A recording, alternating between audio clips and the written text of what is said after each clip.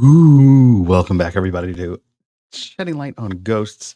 We're talking season 3, episode 8. Holes are bad. Yes, when Sam and Jay leave the ghosts home alone for the weekend in an attempt to have a romantic getaway, shocking revelations are made about two of Woodstone's beloved spirits. And this is probably one of the deepest episodes of the series that you can watch.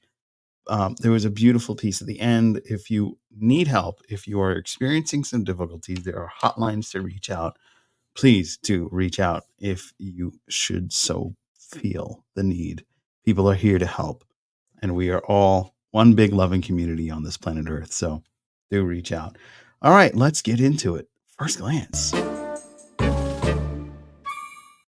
At first glance, the whole thing is from the last episode, we found Flower. She fell in the well. They were going to fill the well. And of course, it left off with we got to get Flower out of the well. But because she's a ghost, you can't just climb up because you phase through walls. So the conundrum becomes, how do we get Flower? So at first glance, we get the backstory of the teenager making out with one of the just a basement ghosts, and she was making out with him, and she asked him about what it was like to have a cholera, and then after he makes out with the young girl, he gets sucked off and he's gone. So this whole time, indeed, it was just a basement ghost. But let's get into the thick of it.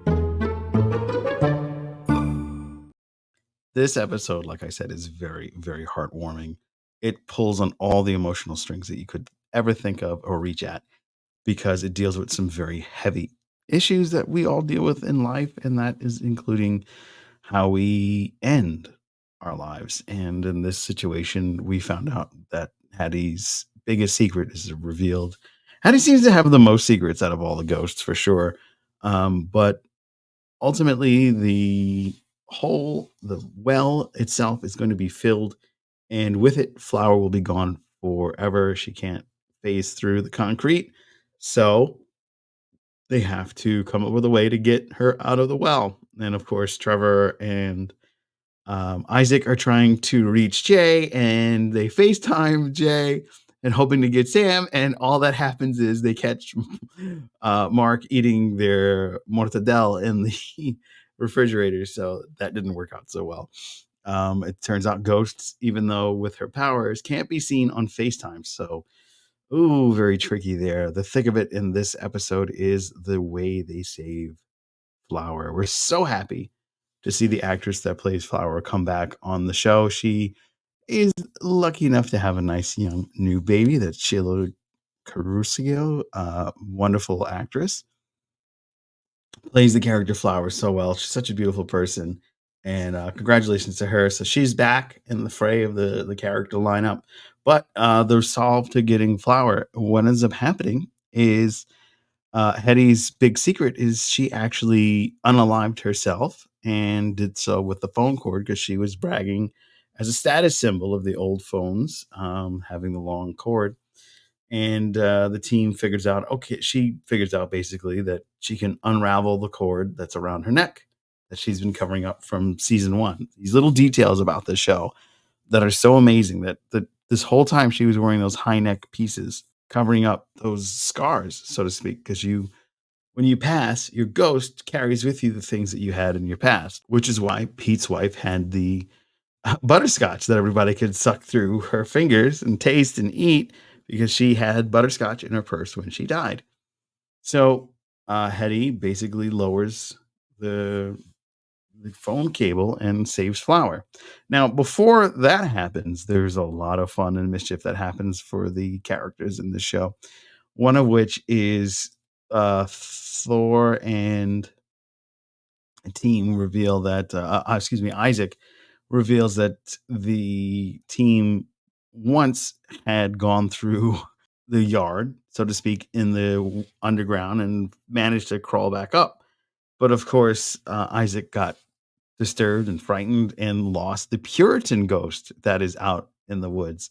So the original plan was for Flower to just go forward and Pete was gonna jump down and help her navigate through, and, we knew that wasn't gonna be a good idea, so they ended up kiboshing that, and that's when Hattie did reveal that piece, and what a powerful moment.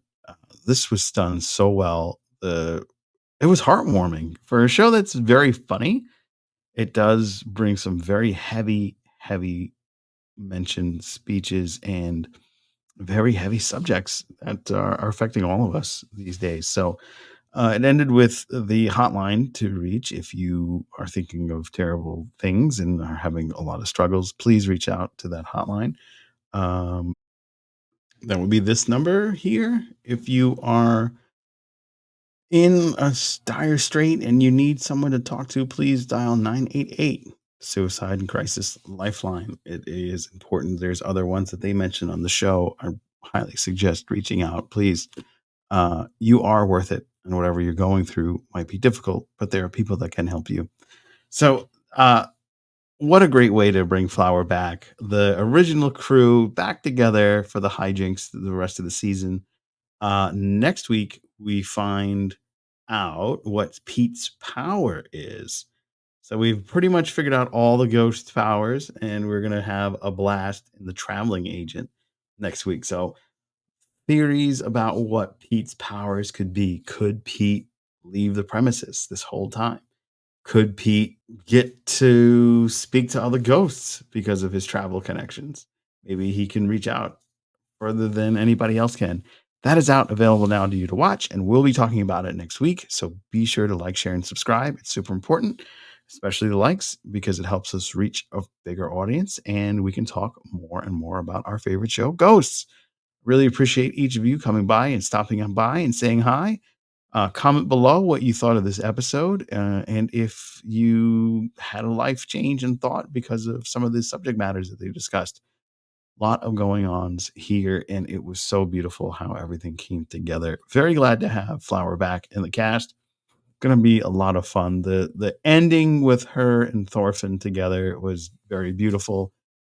Very happy that he was able to get the love of his afterlife back together with him. That was very sweet. And the backstory for Hetty, there's a lot of backstory for her this week, this whole season, showing off her ankles and, dealing with her parents and being a rebel.